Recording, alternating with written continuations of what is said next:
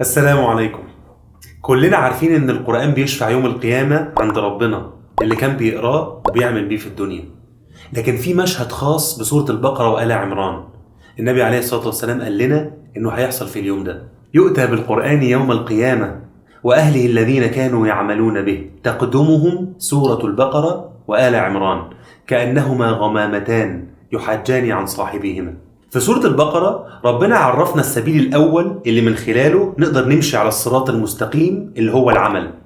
والنهاردة معادنا مع السورة اللي ربنا بيعلمنا فيها السبيل التاني، سبيل العلم بالله، وبكده يبقى تعلمنا العلم والعمل. سورة آل عمران سورة مدنية وعدد آياتها 200 آية، وهي الزهرة الثانية في بستان القرآن. وعشان نفهم أكتر خلينا نعرض موضوعات السورتين ونشوف الارتباط بينهم. سورة البقرة كانت مقسومة لموضوعين، الأول هو نموذج على العمل اللي فيه خلل، اللي هي عمل بني إسرائيل. أما الثاني فهو تشريعات الأمة الإسلامية اللي هي عمل المسلمين. وسورة آل عمران كذلك مقسومة لموضوعين، الموضوع الأول هو نموذج على العلم اللي فيه خلل وكيفية تعامل المسلمين مع الخلل ده ومواجهته بالاعتقاد الصحيح. والموضوع الثاني هو علم وعمل الأمة الإسلامية بالتشريعات ومواجهة أعدائها، ومثال عملي عليها وهو غزوة أحد. وبكده يبقى واضح لينا جدا الارتباط الوثيق بين سورة البقرة وسورة آل عمران، وإن اللي يفهمهم ويعمل بيهم في حياته يبقى إن شاء الله على الصراط المستقيم، لا كده ولا كده. والموضوع الأساسي لسورة آل عمران هو العلم بالله سبحانه وتعالى وحقيقة لا إله إلا الله محمد رسول الله، وتطبيقها العملي في حياة المسلمين، واللي بيتمثل في قصة غزوة أحد، وإزاي المسلم يثبت على لا إله إلا الله محمد رسول الله لحد آخر يوم في حياته. في الجزء الأول من السورة من الآية 1 إلى الآية 120 ربنا بيعرض لنا حقيقة التوحيد وعظمة ربنا سبحانه وتعالى وقدرته، ونفي أي صفة من صفات النقص التي لا تليق بالله سبحانه وتعالى زي الزوجة أو الولد. وبعديها ربنا قص علينا قصة جميلة لأسرة مليئة بالطاعة والبركة. القصة هي قصة آل عمران، قصة بتورينا أهمية الدعاء والعبادة وإنها أسباب أساسية في زيادة الإيمان وثباته في القلب. شوفنا ده في قصة امرأة عمران اللي هي أم السيدة مريم عليها السلام، وهي بتدعي لربنا إنه يحفظ ذريتها، وإزاي ربنا تقبل دعائها وبارك في بنتها السيدة مريم عليها السلام وحفيدها نبي الله عيسى عليه وعلى نبينا الصلاة والسلام. وكمان في قصة سيدنا زكريا عليه السلام، راجل كبير في السن ومراته لا تلد، وإزاي لدعائه كان سبب إن ربنا يرزقه بسيدنا يحيى عليه السلام. وسبحان الله يجيله الخبر وهو واقف يصلي في محرابه، مع ان اللي يفكر في الموضوع بالعقل يقول ان مستحيل ان ده يحصل. والقصة دي بتعرفنا حقيقة اعتقاد السيدة مريم وزكريا ويحيى وعيسى عليهم السلام، وانهم كانوا جميعا يعتقدوا انه لا اله الا الله. والصورة بتعرض لنا الخلل العلمي اللي بيؤدي الى الضلال.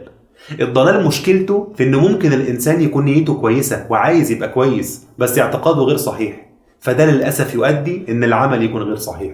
أما الجزء الثاني من السورة ففيه تفصيل القصة الثانية في السورة، وهي قصة غزوة أحد. وغزوة أحد حدث كبير حصل للنبي صلى الله عليه وسلم والصحابة الكرام. الغزوة دي حصل فيها مجموعة من الأخطاء دي كانت سبب في هزيمة المسلمين بعد ما كانوا منتصرين، وربنا ذكر في السورة كل الأسباب اللي أدت للهزيمة عشان الصحابة يتعلموا وإحنا كمان نتعلم. فمن الدروس اللي بنتعلمها من غزوة أحد الدرس الأول إن القائد والمربي بيقود الناس بعمله قبل أي حاجة تانية.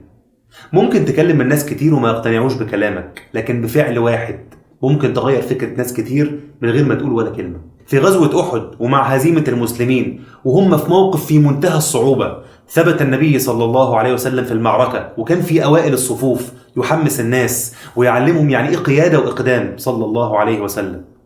الدرس الثاني هو أهمية الدعاء، وإن الواحد قلبه يتعلق بربنا وبس.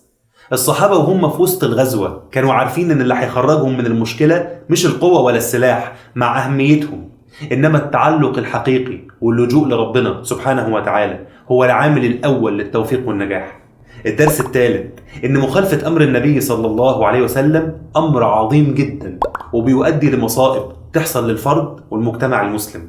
تخيل ان بسبب مخالفة الرماة رضي الله عنهم امر النبي صلى الله عليه وسلم 70 من خيرة الصحابة استشهدوا في غزوة احد، وعلى رأسهم سيد الشهداء حمزة رضي الله عنه.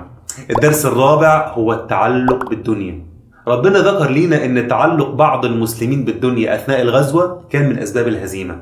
والعجيب ان الصحابة نفسهم ما كانوش منتبهين للخطأ ده، فربنا بلطفه بصحابة النبي صلى الله عليه وسلم عرفهم ان التعلق بالدنيا كان من اسباب الهزيمة. وده يخلينا نخاف اننا نقع في الغلطة دي، ونفهم ان كل واحد مننا ممكن يكون غرقان في حب الدنيا والتعلق بيها وهو مش عارف. فمحتاجين نراجع نيتنا في الشغل والجواز والفلوس وهدفنا في الحياة بشكل عام. هل هدفنا ان ربنا يرضى عنا؟ هل بنستعمل النعم اللي ربنا اداها لنا في اعمال صالحة ترضي ربنا عنا؟ سؤال محتاج تفكير وانك تكون صريح مع نفسك. سورة آل عمران بتعلمنا كلنا ازاي ان العلم الصحيح اساس لكل عمل يعمله الانسان في حياته، واللي هيترتب عليه قبول العمل من عدمه.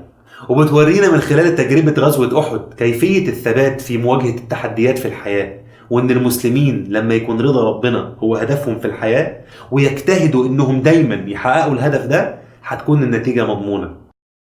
فالذين هاجروا وأخرجوا من ديارهم وأوذوا في سبيلي وقاتلوا وقتلوا لأكفرن عنهم سيئاتهم ولأدخلنهم جنات تجري من تحتها الأنهار